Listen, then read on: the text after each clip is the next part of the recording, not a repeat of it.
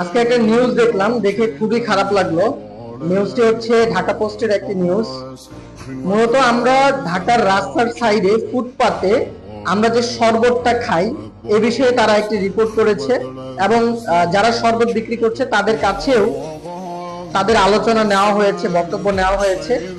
তো মূলত একজন ব্যক্তি যখন প্রচুর ক্লান্ত হয়, গলা শুকিয়ে যায় এবং তার প্রচুর তৃষ্ণা লাগে, তখন তার মনে হয় এক গ্লাস ঠান্ডা পানি যদি পেতাম বা এক গ্লাস লেবুর শরবত যদি পেতাম তাহলে খুবই ভালো হতো। ঠিক ওই সময়ই আমরা ফুটপাতে যখন দেখি যে না শরবত বিক্রি হচ্ছে 10 টাকা গ্লাসে, তখন কিন্তু মানুষ ওই শরবতটি কিনে খাচ্ছে।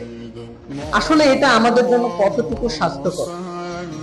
তো তারা রিপোর্ট করেছে, ভিডিওটি দেখলাম, যে তারা এই যে শরবতটি বিক্রি করছে, এই শরবতে যে বরফটি ব্যবহার করা হয়, যেটি ঢাকার বিভিন্ন জায়গায় আসলে তৈরি হয় এবং এই বরফটি অনেক বেশি অস্বাস্থ্যকর, যেটা স্বাস্থ্যের জন্য অনেক বেশি ঝুঁকিপূর্ণ। কেন ঝুঁকিপূর্ণ?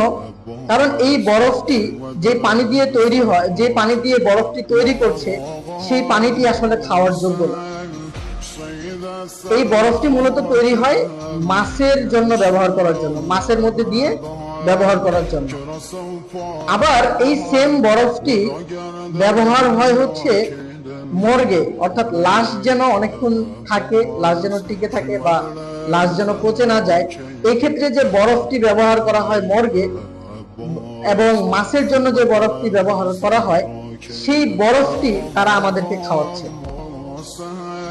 এবং তাদের কাছে যখন সাংবাদিক গিয়েছে, ভিডিওটিতে দেখলাম, আর সেখানে তারা অস্বীকার করছে এবং সাংবাদিক রিপোর্ট করেছে যে জায়গাতে বরফগুলো তৈরি হচ্ছে সেটারও ফুটেজ দিয়েছে। আসলে দেখে খুবই খারাপ লাগলো যে আমাদের বিবেক, আমাদের মন মানসিকতা আসলে কোথায়? একজন মানুষ ইনকামের জন্য সে এতটুকু বিবেচনা করে না যে সে যে মানুষকে খাওয়াচ্ছে সেটা কি খাওয়াচ্ছে, সেটা কি ভালো কিছু খাওয়াচ্ছে নাকি অস্বাস্থ্যকর কিছু খাওয়াচ্ছে।